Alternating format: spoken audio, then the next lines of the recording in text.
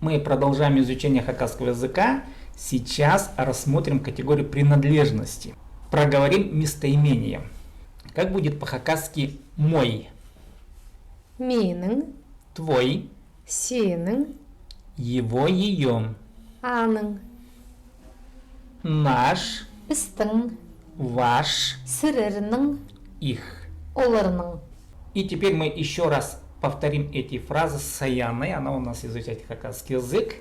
Саяна, повторяешь за мной. Миның, менің, сенің, сенің, аның, аның, біздің, біздің, сірернің, сірернің, оларның. оларның.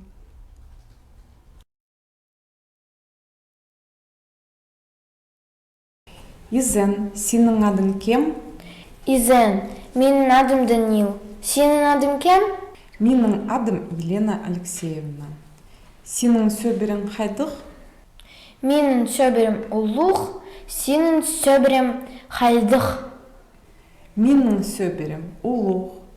Ижеңі нинже час? Менің ижеме 39 час. Сенің ижене нинже час. Менің ижеме 61 час. Сенің ижең қайды тоғынша?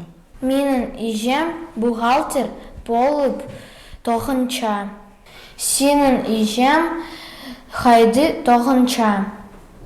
Менің ижем школада тоғынша. Пабаңа нинже час? Менің пабама 41 час. Сенің қарындызың бар ба? Қарындызым бар.